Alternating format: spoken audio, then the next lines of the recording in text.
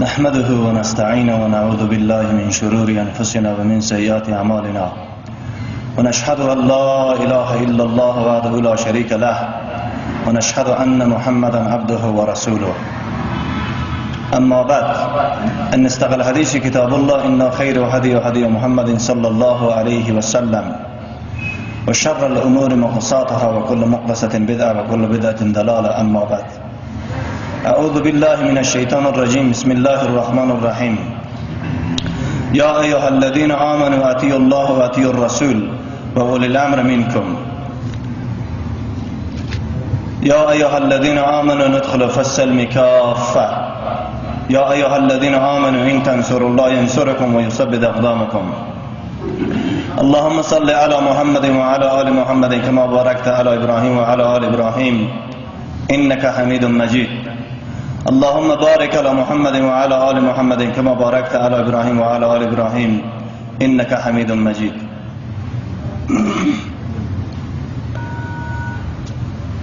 الله سبحان، خالق زمین و آسمان، مالک هر دو جهان، رب العالمین حقیقی، اللهی که از شریک و رفیق و مثل و مانند، خورد و نوش و خواب و استراحت، عیب و اشکال و ضعف و زوال فارغ هست.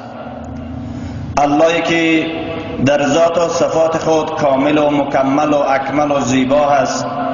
اللهی که متصرفی حقیقی به تمام کائنات هست و خالقی کل مخلوقات هست و رازقی کل موجودات هست. اللهی که همه فرشته ها محتاج به او هستند و همه جنیات محتاج به او هستند. اللهی که همه انبیا و انسانها و پادشاها و اولیا محتاج به او هستند. اللهی که بی‌نیاز از همه مخلوق هست. اللهی که با قدرت هست. اللهی که ابتدا و انتها نداره، مرگ و موت نداره، ضعف و زوال نداره، خورد و نوش نداره، شریک و رفیق و مثل و مانند نداره. اللهی که تمام نظام کائنات را با قدرت کامله خود میچرخاند و تمام نظام کائنات با تمام مخلوقات با تمام امکانات محتاج و احتیاج به الله است. اللهی که همه دریاها اگر رنگ بشود و همه درختها قلم بشود و همه انسانها و جنیات و فرشتگان نویسنده بشوند، همه دریاهای رنگ خشک خواهد شد، همه انسانیت و جنیات و فرشتگان هلاک خواهد شد، بزرگی رب ما از آنجا شروع خواهد شد. پیام لا اله الا الله امین هست که دلهای انسانها از بزرگی الله متأثر شود. پیام بزرگی الله سرزمین دلها را باید تسخیر کند. پیام بزرگی الله باید در سرزمین دلهای مؤمنین اسکن شود و تنها قلب مؤمن به نام الله آرامش بگیرد و تنها مؤمن از الله بترسد نه از غیر الله و تنها مؤمن فقط یک قانون الله را به حیث قانون اساسی خود بپذیرد، نه قوانین باطله انسانها و بشریت بیدین، دور از قوانین سالم و مسلمانهای محقق. تعریف و توصیف مفصل و مختصری از آن ذاتی که اگر از ابتدای خلقت تا انتهای خلقت تعریفش را بکنیم شاید شمه تعریف نکرده باشیم. اول قبل از این که شکر شما جماعت، شکر شما مردم، شکر عالم دین شما را بکنیم، اول شکر او الله را میکنیم که محبت دین خود در دلهای ما و شما انداخته. اول شکر او الله را میکنیم که به واسطه ذات او در خانه او آمدیم.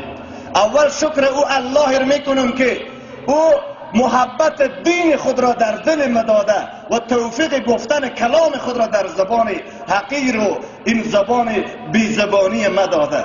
اول شکر او الله را میکنم که مر به خانه مسلمان، به کشور مسلمان، به زندگی اسلامی الحمدلله ما و شما را خلق کرده و سپس توفیق جناب منجی عالم بشریت، دکتر انسانیت، انجینر انسانیت، محقق و مدبر و فیلسوف انسانیت، رهبر انسانیت، مفتی اعظم جهانیان انسانیت، انسان و شخصیت محسوم، شخصیتی که جبرائیل در مقابلش دوزانه و مؤدب میشیره، شخصیتی که سنگ و چوب و درخت و سنگ و همه مخلوق میگه السلام علیک یا رسول الله. توفه او رسول الله را به لفظ السلام علیکم و رحمت الله تعالی و برکاته برای شما نمازگزاران مسجد جامع بزرگ شهر اولیای ولایت غزنی باستانی علمی عرفانی تمدنی و جهادی تقدیم میکنم. هیچ شکی نیست که مسلمان مؤمن یک کلمه جامع هست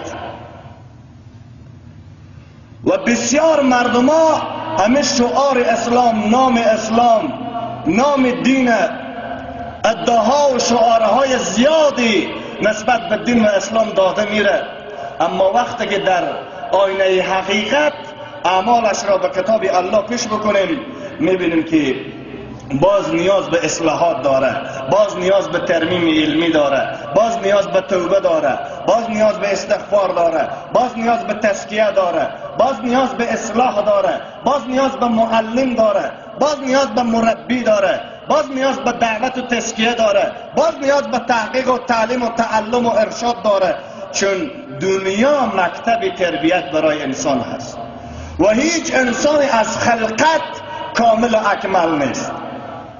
فرق هم بین الله و بندگان الله است که الله بی نیاز هست، مخلوق تا دم مرگ نیازمند هست. این هم یک فرق است که بین صفات الله و صفات انسان باید باشه. اگر رئیس جمهور در کاخ ریاست جمهوری خود هست، یقینا که محتاج به گارد خود هست، یقینا که محتاج به ملت خود هست، یقینا که محتاج به رعیت خود هست.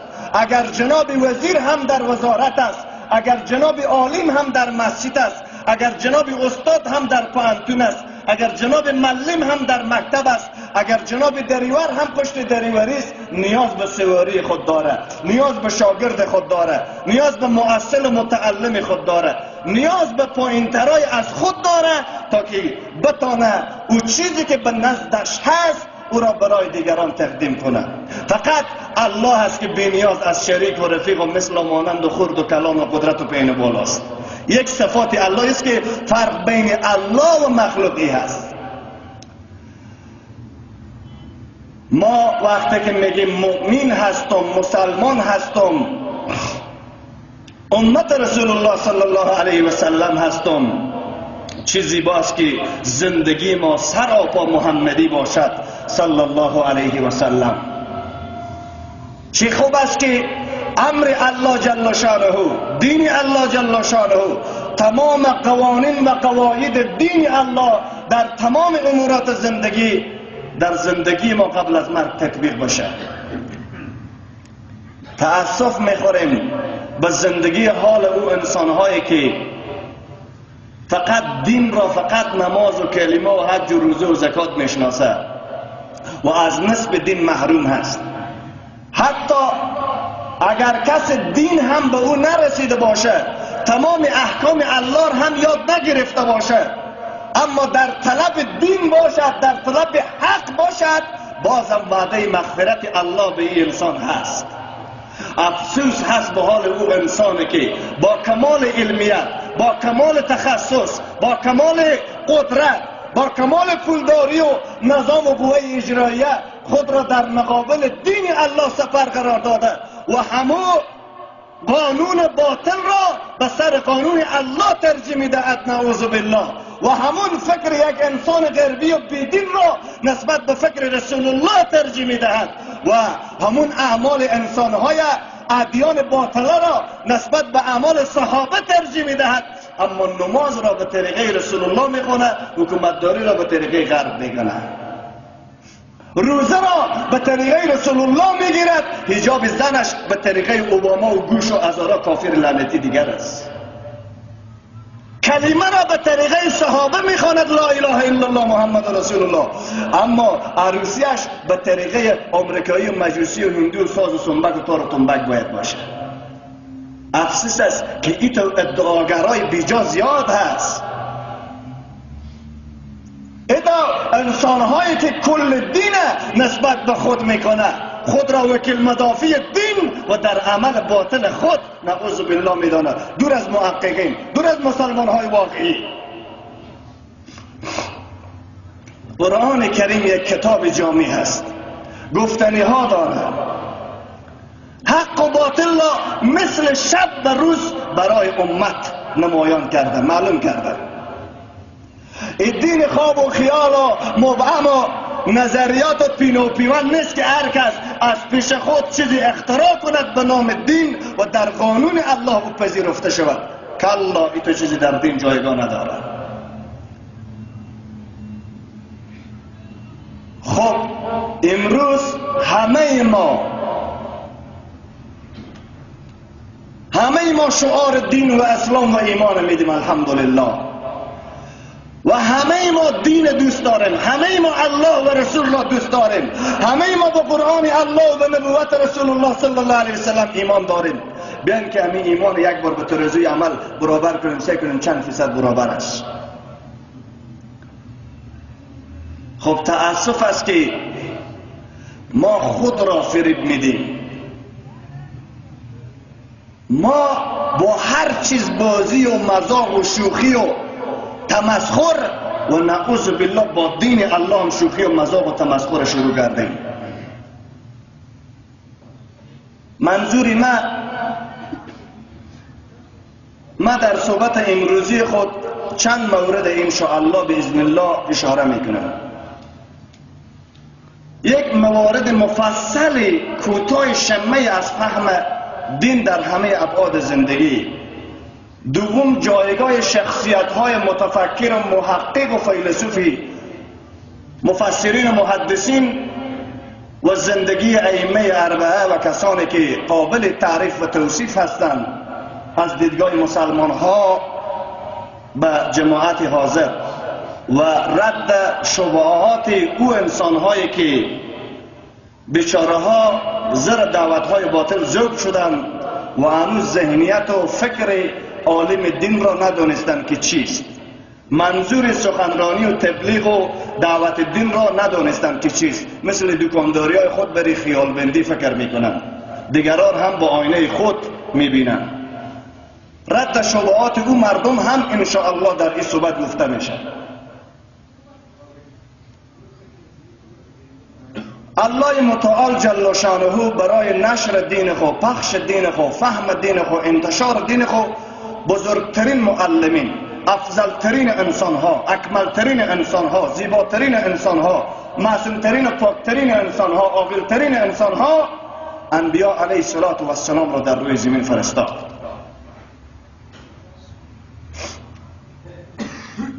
و انبیاء الله جل شانه در مقابل دعوت به طرف دین الله جل شانه و ترویج و تابعداری و اتباع سنت نبی وقت بنا به حکم الله، انبیاء علیه السلام این حقایق را برای مردم بیان کردند. و در مقابل ارزش دین، کیفیت و قوت دین، اهمیت امر الله، حتی نوح علیه السلام هم در سوره نوح و سوره هود بخوانید که زیادتر از 950 سال دعوت و تبلیغ کرد، اما تعداد کمی از قومش ایمان آورد و دهها بار به زیر سنگا و شکنجه های همون قوم ظالم، همون قومی از الله بیخبر و همون طاغوتان اصلی همون وقت شد، اما از دعوت دین خود عقب نشینی نکرد. چرا؟ که انبیاء علیه السلام میدونستند که دین با ارزشتر از پیامبر است، دین با ارزشتر از صحابه است، دین با ارزشتر از مادیات و چوکی است. ریاست دار، سیاست مدار عصری، کسی که دفاع از دموکراسی لعنتی بیدینی میکنه. امروز هم تو ارزش و اهمیت دین را آنقدر پایین آوردی نعوذ بالله که رسوایی و چتلی خودت را در دنیای غرب و جهان اسلام به نمایش گذاشتی. بعضی دوستان میگن شاید بعضی سخنها سخت باشه گفتنش. نیست. فقط مؤمن باش، توکل بر الله داشته باش و دلیل از قرآن داشته باش، بر منهج پیامبر استوار باش و یقینا در مقابل ظالم حق را بگو، الله نصرت کننده است. قرآن کتاب تلاوت و ختم قرآن و کتاب دکانداری نیست، کتاب نوپوشه نیست که توی خنک میخوری پوش کنی تاق بگذاری. کتاب رمضان نیست که تنها بر رمضان تلاوت شد. این کتاب با تو درس میده که کسانی که از دین الله دفاع کردن، مشرکین و کفار تصمیم گرفتن که خلیل الله ابراهیم را به واسطه دفاع دین با آتش بسوزانند، الله آتش را به جان ابراهیم خود گلستان کرد. این درس یقین و عقیده است به تمام امت اسلامی که کسی از دین الله دفاع کنه، ولو گوچران باشه، ولو چپان باشه، ولو سچرخدار و تکسیوان و آینگر و نجار و دکتر و مأمور و ملا و سرباز باشه، از دین دفاع کنه، الله وکیل مدافع آن هست. تأسف است که ما امروز یک رئیس جمهور رشخند، یک سیاستمدار پلاستیکی هم خود ما تلفنی صحبت کنه بگه ما با تو هستم، ما حاضر امروز 10 نفر لقد مال کنیم. اما الله که میگه این تنصر الله ینصرکم و یثبت اقدامکم. ای مؤمن، اگر به گپ الله باور و یقین داری، الله است و دفاع میکنه، با الله زندگی کن. تأسف است که ما به کلام الله را معلوماتی خواندیم، نعوذ بالله، نه عقیدتی، نه با اخلاص، نه با تعرک معانی. این واسطه هست که امروز من علم دارم حق گفتن نمیتونم، امروز معلومات دارم اما حق بیان کردن نمیتونم، به واسطه ای که فکر میکنم که شاید زندان از دوزخ بدتر باشه، فکر میکنم که شاید گپ سیاست مدار از گپ الله نعوذ بالله مهمتر باشه. کلا، این شده نمیتونه در زندگی کسی که مؤمن واقعی باشه. انبیای الله مشکلات متحمل شدن دوستان عزیز. ابراهیم علیه السلام، موسی علیه السلام، عیسی علیه السلام، حتی جناب رسول الله صلی الله علیه وسلم که وقتی به طائف میرن پاهای مبارک خونالود از شهر طائف خونالود برمیگردن، جوانها چکه میزنن، خنده میکنن، از شر میکشن. یک نفر میگه تو نبی نیستی، یکی میگه خود تو گپ نمیزنم، یکی میگه الله دیگه پیغمبر نداشت که تو فرستاده، نعوذ بالله. الله اکبر، الله اکبر که من امروز به تمام عمر خود یک سلی واسطه دین نخوردم، باز هم من مسلمان و مجاهد هستم. درست است نه؟ من در کنار دشمن الله دست به دست، لقمه به لقمه، کاسه به کاسه استاد شدم، باز هم من مؤمن هستم. اگر شراب خوردم مؤمن هستم، اگر زنا کردم مؤمن هستم، اگر قتل کردم مؤمن هستم، اگر قرآن زیر پا کردم مؤمن هستم، اگر او به پیغمبر توهین کرد باز من سکوت کردم مؤمن هستم، اگر قرآن به دشوی انداخت باز من نعوذ بالله مؤمن هستم، اگر قانون طاغوتی را گفت عمل کو باز من مؤمن هستم. تأسف است به این ملت، تأسف است به تو انسانی که هنوز پیام لا اله الا الله.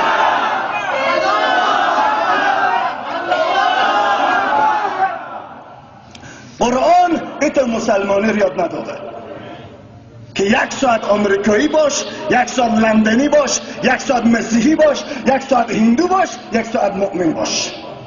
ایتو نگفته، خط واضح معلوم کرده. بعضی از دوستای ما به ذهنشان میرسه که ملا خوب است، عالم خوب است، تخصص و معلومات خوب است، اما جذبه بسیار خوب نیست، تیزی بسیار خوب نیست. خود صحابه رسول الله صلی الله علیه و سلم را یک مشرک میگیره، یک دستش را قلم میکنه، میگه به محمد یک گپی بزن، دو بدی. دست دیگرش را قلم میکنه، 4 دست پاش را مسلم میکنه، گریان میکنه، اشک میرزه، فقان خون ناله بره دریا بره میره. الله اکبر. پادشاه کافر میگوید بیاورید بیاورید بیاورید که این حال گریان میکنه، پشیمان شده، حال رسول الله را یک فاش دو میده. و صحابه میگن نه نه نه، ما به این گریان میکنم که یک جان داشتم فدای محمد شد. ای کاش 100 جان میداشتم فدای محمد میکردم. الله اکبر. من هم امت رسول الله هستم، من هم شفاعت رسول الله را دوست دارم، من هم نکاح سنت رسول الله را دوست دارم. تأسف است ما و تو به پیش الله رفتنیم، ما و تو به پیش الله استاد شدنیم، ما و تو در مقابل خون نازنین رسول الله باید جواب بدیم، ذره به ذره جواب بدیم. قانون الله هست فمن یعمل مثقال ذره خیر یره. ها هر کار بکن قطعا از دین بیرون میشه، فقط همیشه مؤمن هستی. چرا؟ چون یک بار کلمه خوانده بودی. هر عمل را انجام بدی فقط سر تذکره مسلمان نوشته باشه، بس خلاص مؤمن هستی، تو قطعا از دین بیرون نمیشی. با جماعت رسول الله صلی الله علیه وسلم به طرف احد میرفتن رو به صحنه جهاد. یک نفر میگه که از این ملاها، از این قاریا، از این حافظا، از این مجاهدات تنبلتر و شکم پرستر و بزدلتر ما در جنگ ندیدم. خوب دقت کنید، همینطور میگه، به شکل مذاق میگه. آیات از فوق آسمان نازل میشه. قل ابالله و آیاته و رسوله کنتم تستهزئون. کسی که تمسخر به دین الله، کسی که تمسخر به سنت رسول الله صلی الله علیه وسلم کرده، قبل از ایمان و بعد از اون کافر گشته است به کتاب الله. امروز هم اگر صدها آیت کلام الله زیر پاش نعوذ بالله تمسخر و رشخنش، باز مؤمن هستم. ابتدا شرط اول، انبیای الله در مقابل دعوتگران باطل و ادیان باطل و فرقه های باطل مشکلات دیدن، مثل خون رسول الله صلی الله علیه و که به طائف ریخته، مثل دندان نازنین که با احد به شهادت رسیده، مثل بی‌ادبی و گستاخی که به سردار انبیا در مسجد کردن، شکمبه شتر به سرش کشیدن. حکومت دار زمان، تاجر، جنابی، مؤصل، متعلم، مسلمان که در هر گوشه از دنیا هستی، من از تو سوال میکنم و این سوال از خودم من هست که همه این مشکلات ها یک قطره خون رسول الله از 7 طبق زمین و آسمان به نزد الله عزیزتر است. چرا؟ در بدیل چی رخت خون رسول الله؟ و در بدیل او چیزی که رسول الله خون داد، او امروز در زندگی ما تو چند فیصد است؟ ما امروز واسطه شکم و چوکی خون میدم، نه واسطه دین الله. رسول الله صلی الله علیه وسلم هم شخصیت است که الله او معرفی میکنه، علما نمیتونه معرفی کنه. ملا و مبلغ و طالب العلم شکسته مثل ما بری نمیتونه رسول الله معرفی کنه، الله معرفی میکنه. انا اعطیناک الکوثر، صاحب حوض کوثر از محمد بشناس.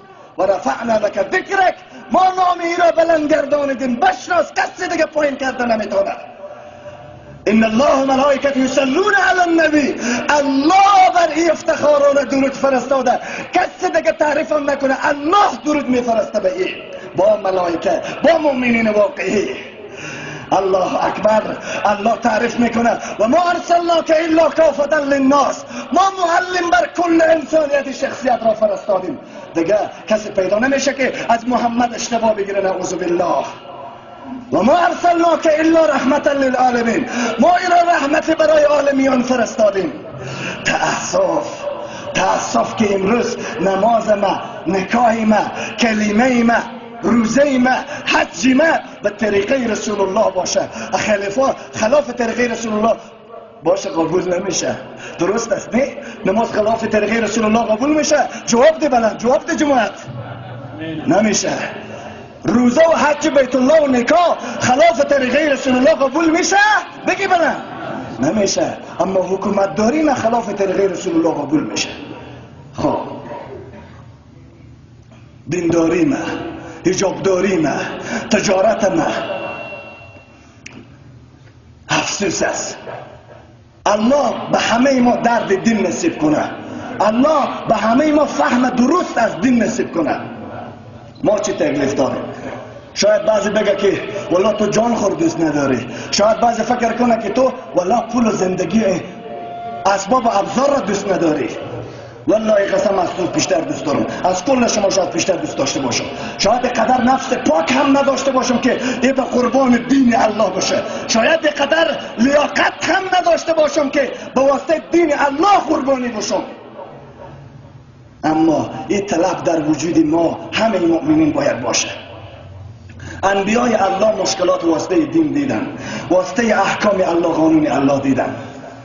صحابه رضی الله عنهم هم به همین درجه قربانی شدن تا شب اول عروسی و جگر هم پاره پاره شده، تا میراب و شمشیر خوردن، تا که میراب به خون سیدنا عمر رضی الله عنه سرخ بشه. الله اکبر. امروز او به واسطه دین قربانی میشه، تو نماز خوندن نمیتونی. تو مسلمان مجاهد دیروز که در علیه روس جهاد کردی، در علیه کفار جنگیدی، دشمن الله و رسول را از کشور بیرون کردی، تربیت و ایمان و غیرت و عزت و حفتت را به صفحه جهان به پیشگاه الله و فرشتگان انسانیت به نمایش گذاشتی. اما تأسف است که امروز سریال کفری را از صفحه تلویزیون پس کرده نمیتونی. امروز ستاره شیطان را از صفحه تلویزیون پس کرده نمیتونی. امروز بانگای سعودی را از داخل کشور اسلامی پس کرده نمیتونی. امروز تجارت شراب را از این نظام پس کرده نمیتونی. تو هم مؤمن هستی، من هم مؤمن هستم، ابوبکر و عمر هم مؤمن بود، امام ابو حنیفه رحمت الله علیه هم مؤمن بود. کلا روز قیامت صدا میشه جدا شوید مجرمین از بین مؤمنین، بی‌نمازا از داخل نمازخونا، رشوتخورا از داخل حلالخورا، فاسقا از داخل متقیا، غافلا از داخل ذاکرا. روز قیامت اعلان کرده نیست و قیامت هم دور نیست که به خیال بندی تو 2000 سال بعد بیایه. همین که مردی قیامتت شروع است. انبیای الله قربانی دین شدن به واسطه نشر دین، پخش دین، دعوت دین. قرآن در مکه مکرمه و مدینه منوره نازل شده. انتشار اسلام را صحابه کرام رضی الله عنهم اجمعین از سرزمین حرمین شریفین به نقاط مختلف جهان رسوندن، بدون اینکه به حزبی، به گروهی، به نیزتی وابسته باشند. در کنار این که زن و بچه و نفقه عیالداری و مصروفیت و مشغولیت داشتند، در کنار این که فضائل مکه و مدینه را میدانستند، در کنار این که سرزمین مقدس حرم شریف را میدانستند، قبرستان تمیم انصاری هم در کابل شاهد این گپ است. یک صلوات بلند ختم کنید.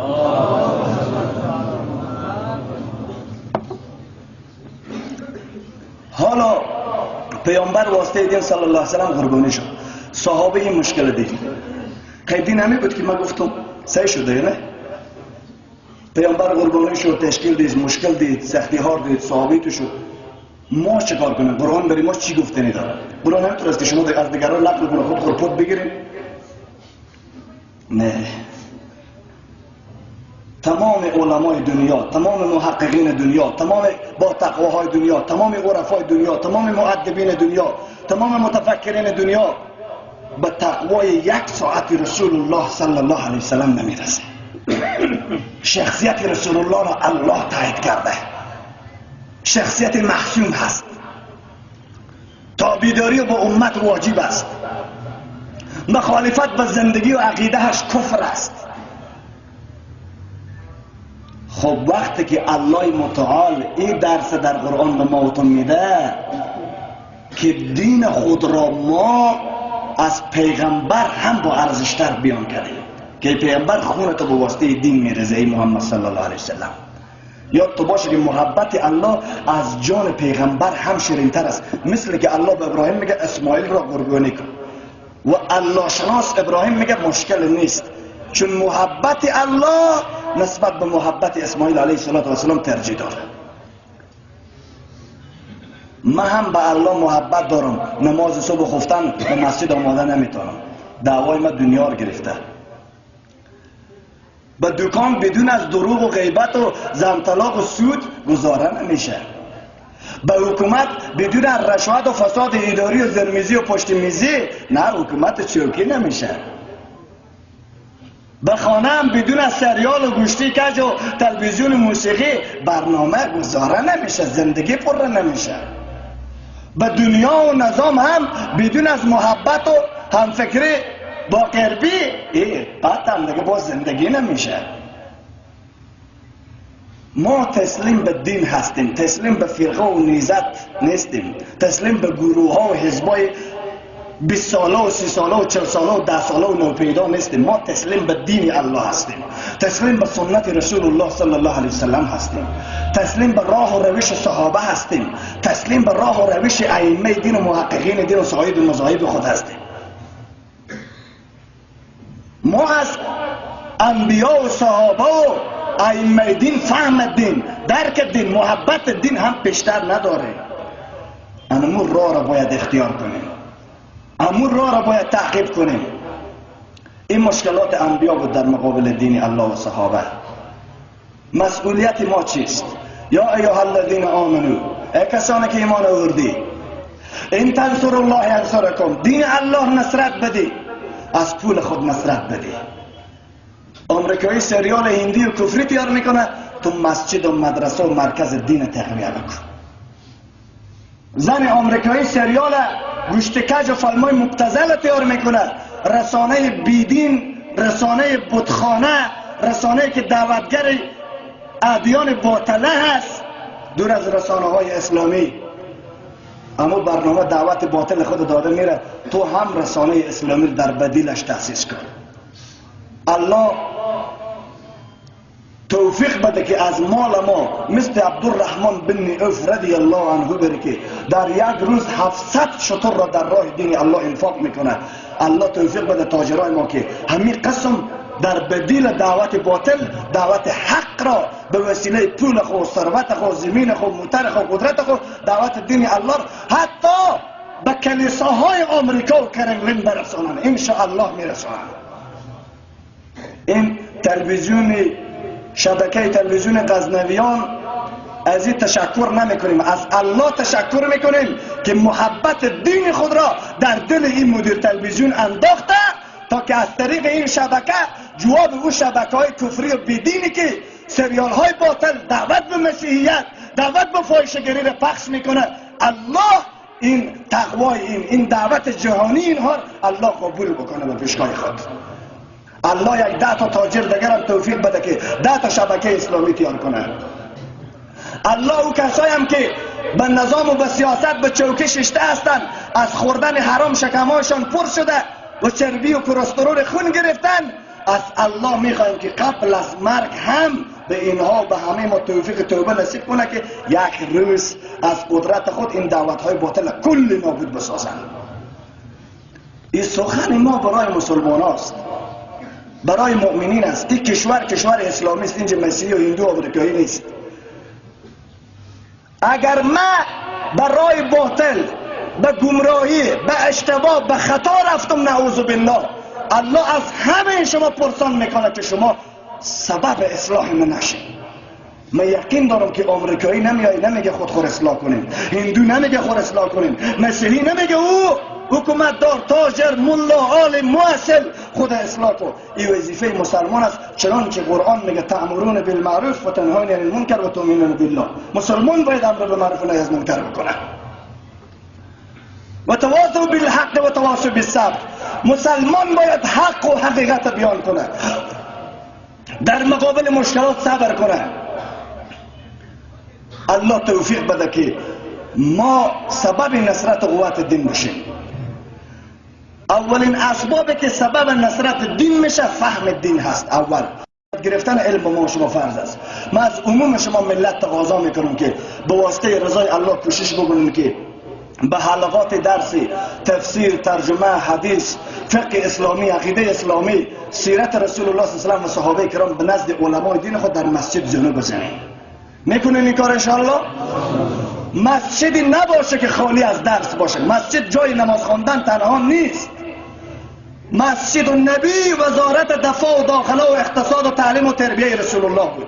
مجاهد از مسجد تربیت میشد، بیت المال در مسجد جمع میشد، محکمه و سارنمری رسول الله مسجد بود، حکم روا و قاضی و مفتی رسول الله در مسجد بود، مسجد مرکز انسان سازی است، کارخانه انسان سازی است. باید مراکز علمی، مدارس دینی و مساجد باید بعد از رنگ و روغن و پنکه و گروپ و یخچالش باید کتابخانه، باید حلقات درس باشه. از علما استفاده کنیم، علما رو بیکار نگذاریم. چرا در کنار ماشین برق به تاریکی زندگی کنی؟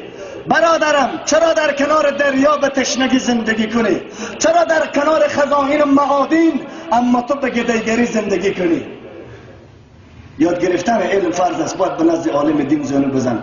بعد از هر نماز 10 دقیقه تفسیر، 10 دقیقه حدیث، 10 دقیقه فقه اسلامی، 10 دقیقه درس عقیده، 10 دقیقه سیرت رسول الله صلی الله علیه و آله، 10 دقیقه فقه امام ابو حنیفه رحمت الله علیه خوانده بشه. تاسف است نام 20 خواننده و رقاصر جوان ما دور از جوانهای واقعی و با طلب نام 10 تا خواننده را بلد است. بیاین پدر رسول الله را پرسان کنیم، میگه عشره مبشره را نام برده میتونه؟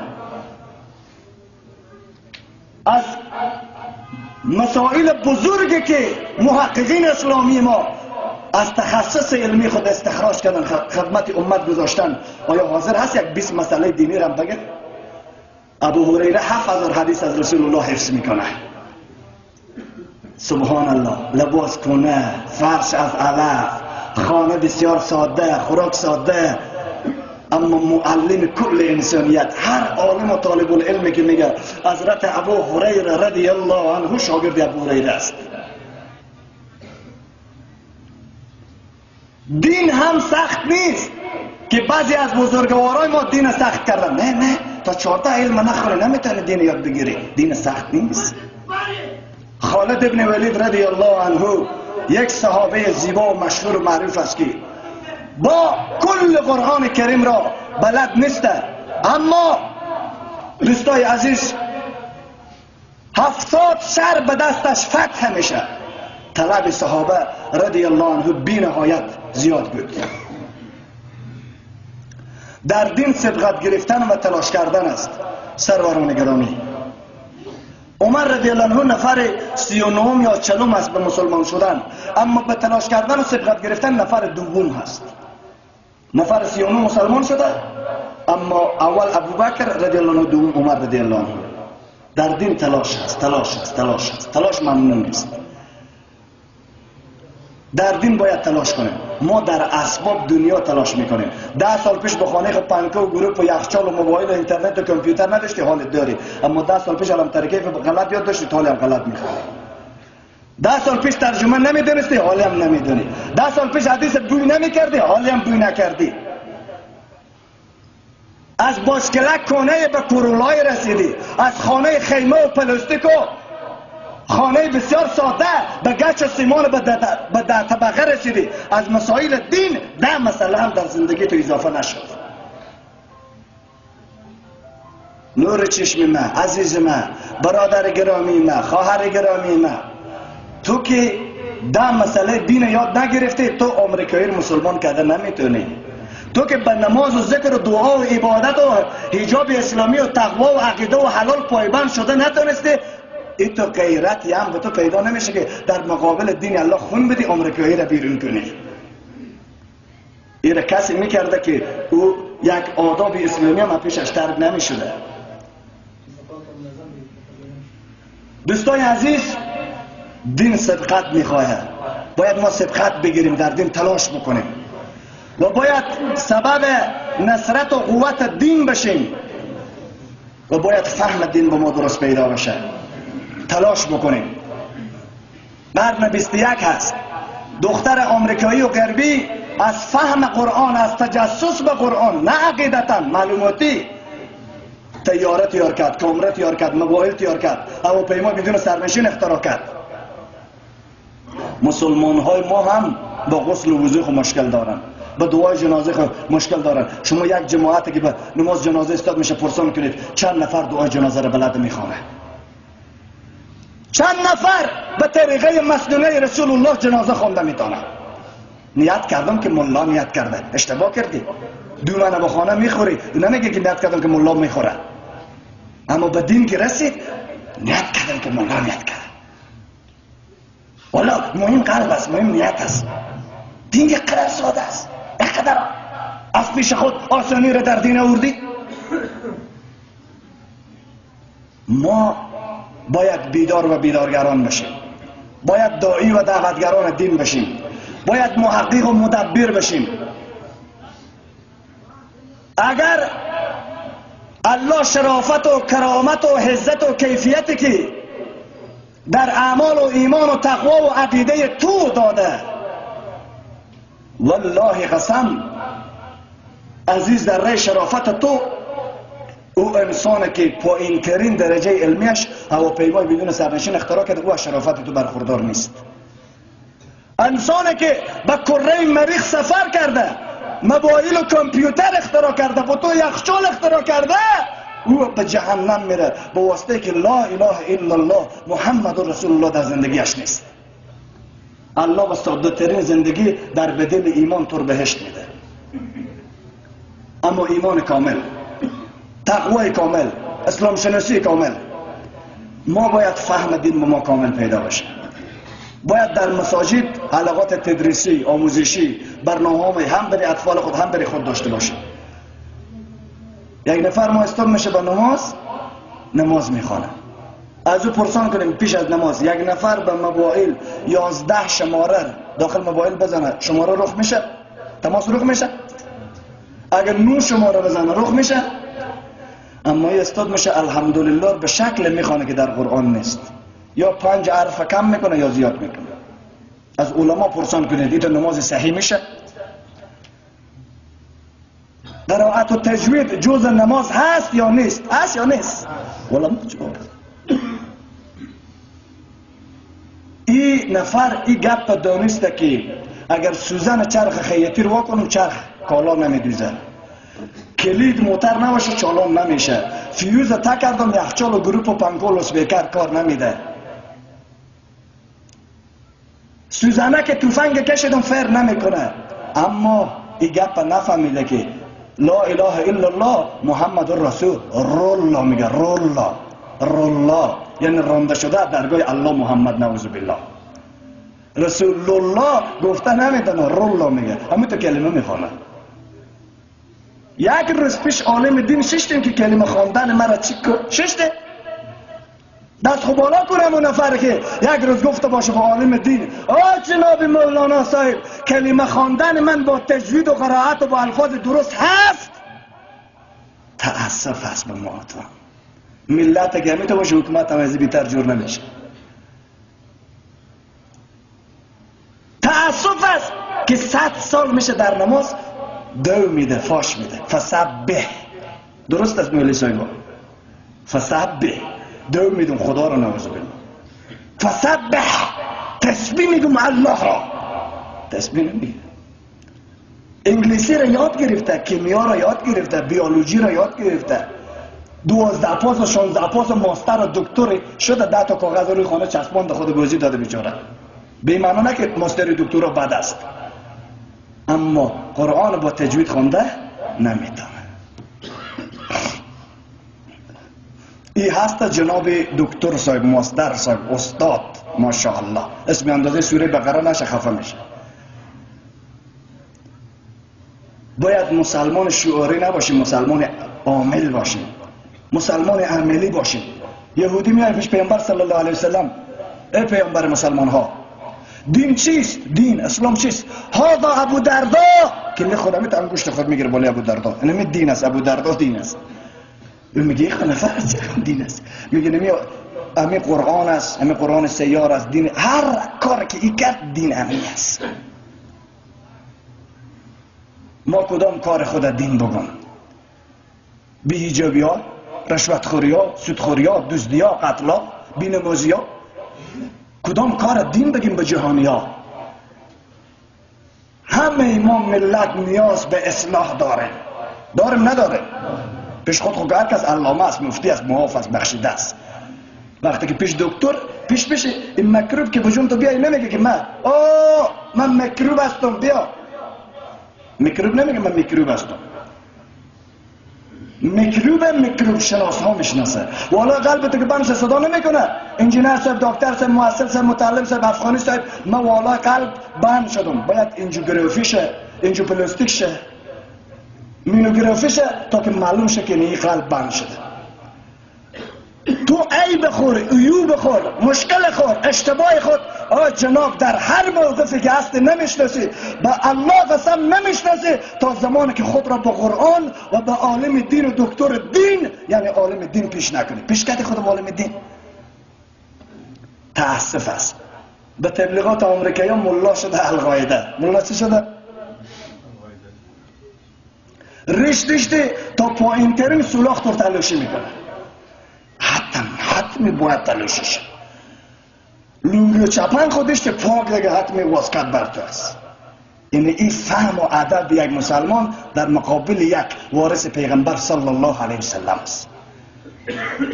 این آثار دعوت باطل است. به آمریکایی گفتن نمیتونه که تذکره بدی، لیسانس و جوازر بدی، نیم ساعت مسلمان ازارات میگیره. ما باید مسلمان کامل باشیم. این دین، در دین چند بخش است. خلاصه وقت ما تمام شد. دین از سیاست جداست، سیاست از دین جداست. این عقیده مسیحیت است. عقیده کیست؟ این عقیده هندوست. این عقیده کفار آمریکایی است. بزرگترین سیاستمدار در روی زمین محمد نازنین صلی الله علیه و سلم بود. بزرگترین کتاب سیاست قرآن هست. بزرگترین معلم سیاست صحابه هست. این همه آیاتی که در قرآن در مورد قصاص و حدود و تطبیق قانون است، اینا سیاست نیست؟ جواب بدین، سیاست است یا نیست؟ علما خب میدان هست. این شعار باطل، ملار به سیاست کاری نیست، ملار به حکومت کاری نیست، ملار به قانون کاری نیست، ملار به حق زن کاری نیست. این دعوت مسیحیت و هندو و کفار است. از هر جا که بلند شه این دعوت باطل است. ای تو بوده که به فهم ازی رسول الله نماز میخوانده، درس و تدریس میکرد، ابو جهل حکومت میکرد. ابو جهل حکومت میکرد یا رسول الله میکرد؟ بگی بلند. ابو بکر نماز میخوند، درس و تدریس و عبادت و روزه میگرفت، باز ابی ابن خلف و مشرکین حکومت میکرد؟ نه. قرآن درباره حکومت داری گفتنی داره، درباره تجارت گفتنی داره. اسلام نظام اقتصادی نداره. این عقیده غربی است. ده ها آیت، صدها آیت است درباره تجارت. اسلام تکنولوژی چیزی نگفته. اشتباه فهمیدی کاکا جان، قرآن ندانستی، پوش قرآن شناختی تو. الله در سوره هود، سوره نوح، سوره مزمل، سوره حدید در مورد اسباب و ابزار یادآوری میکنه. در قرآن هم اشاره به اسباب و ابزار شده. استفاده صحیح باید بشه. ما باید اسلام تکمیل بپذیریم در همه ابعاد زندگی. حکومت داری در اسلام است، تجارت در اسلام است، باید عملی قبل از مرگ بکنیم. این یکی از آثار جنگ باطل هست. صدها آیات قصاص حدود میشکنه، نماز میخونه، بس خلاص. نه، در باره تجارت، اخلاق، معاملات، معاشرات، در تمام امور قرآن کریم گفتنی داره که وقتش نیست که بیان شه. جمله اخیری قرآن کریم چی پیام داره؟ واعتصموا بحبل الله جمیعا ولا تفرقوا. چنگ بزنید به کتاب الله، تفرقه و پارچه پارچه و حزب و گروه و نیزت خود جور نکنه.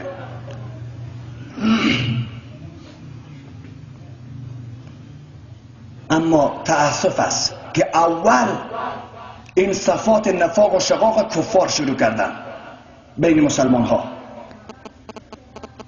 تخم نفاق اول کفار کشت کردن و بعضی از مسلمان های ضعیف الایمان و نادان و بیوقوف هم این دعوت باطل لبیک گفتن.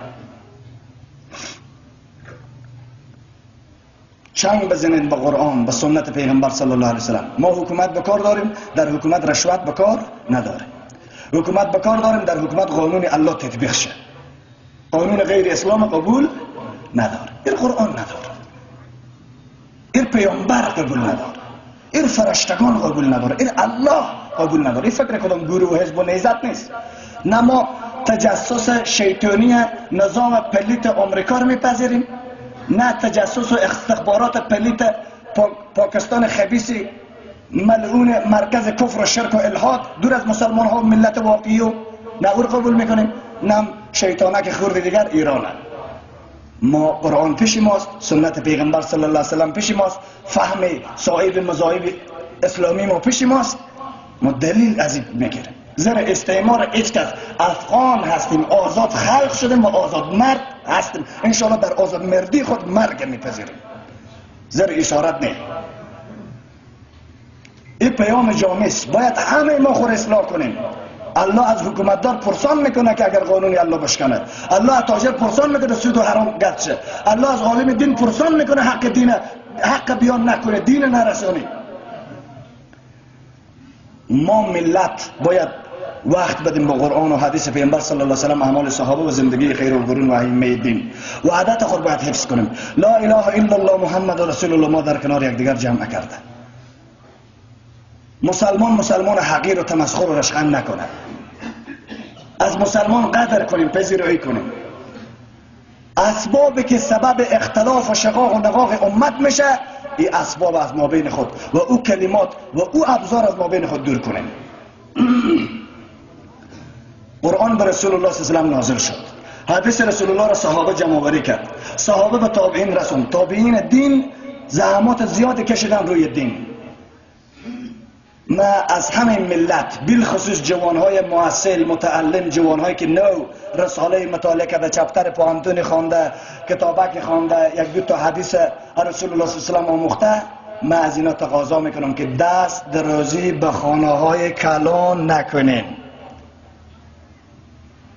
دین از خود حدی دارد. یا ایها الذین آمنو اطیعوا الله، از الله اطاعت کن، از رسول اطاعت کن، و اولی الامر.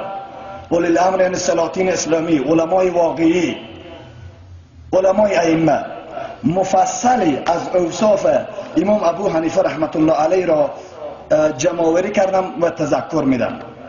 و نکته که رد شبهات بعضی از انسان هاست باید اینجا انشاءالله بشنون. امام ابو حنیفه رحمت الله علیه نامش نعمان، نام پدرش ثابت، نام پدرکلانش زواتا هست، نام مادرش سکینه، نام مادرکلانش خیرالنساء هست. امام ابو حنیفه مشهور به امام اعظم بلند چی میگیم؟ رحمت الله علیه. عالم به مجتهد و محقق و مدبر دین بود، صاحب مذهب حنیفیه رحمت الله علیه. یک. دو، امام ابو حنیفه رحمت الله علیه داعی و دعوتگر دین و با آن چیزی که علم داشت عمل و اخلاص کامل داشت. دو. سوم، هدف امام ابو حنیفه رحمت الله علیه راه خیر، اصلاح امت اسلامی، ترویج عقیده و فرهنگ اسلامی برای تمام جهانیان. 3. 4. فقط امام ابو حنیفه رحمت الله علیه توکل بر الله متعال داشت و از غیر الله نمی ترسید تا آن جایی که به واسطه بیان حق و اصلاح نظامهای مستبد و استعمار در زندان به زیر شلاقهای دشمنا به شهادت رسید. الله مغفرتش کنه و بپذیرد.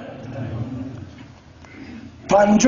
امام ابو حنیفه رحمت الله علیه دعوتش به سوی الله متعال، قرآن کریم، سنت رسول الله صلی الله علیه و سلم و اعمال صحابه کرام رضی الله عنهم اجمعین بود. 6. امام ابو حنیفه رحمت الله علیه نبی اکرم صلی الله علیه و سلم را الگوی و نمونه زیبای خود و سرمخش زندگی خود از ابتدا تا انتها برای خود و شاگردان خود و پیروان خود راه درست و مستقیم را نمایان نمود. 7. امام ابو حنیفه رحمت الله علیه در تمام اعمالش ادب و اخلاص و تخلیص برای رضای الله متعال بود، نه برای خوشنودی مردم و مادیات. 8. امام ابو حنیفه رحمت الله علیه تمام سخنانش گرفته از دلایل قرآن و حجت علوم اسلامی برای امت اسلامی بود. 9. امام ابو حنیفه رحمت الله علیه حرص هدایت و دعوت و اصلاح برای تمام امت در سر تا سر جهان داشتند. دهم، امام ابو حنیفه رحمت الله علیه اصلاح خود و خانواده خود و اقارب خویش را قبل از دعوت کردن و مسائل و تخریج مسائل برای تمام جهانیان اصلاح خود و اقارب و خانواده خود را نموده بودند.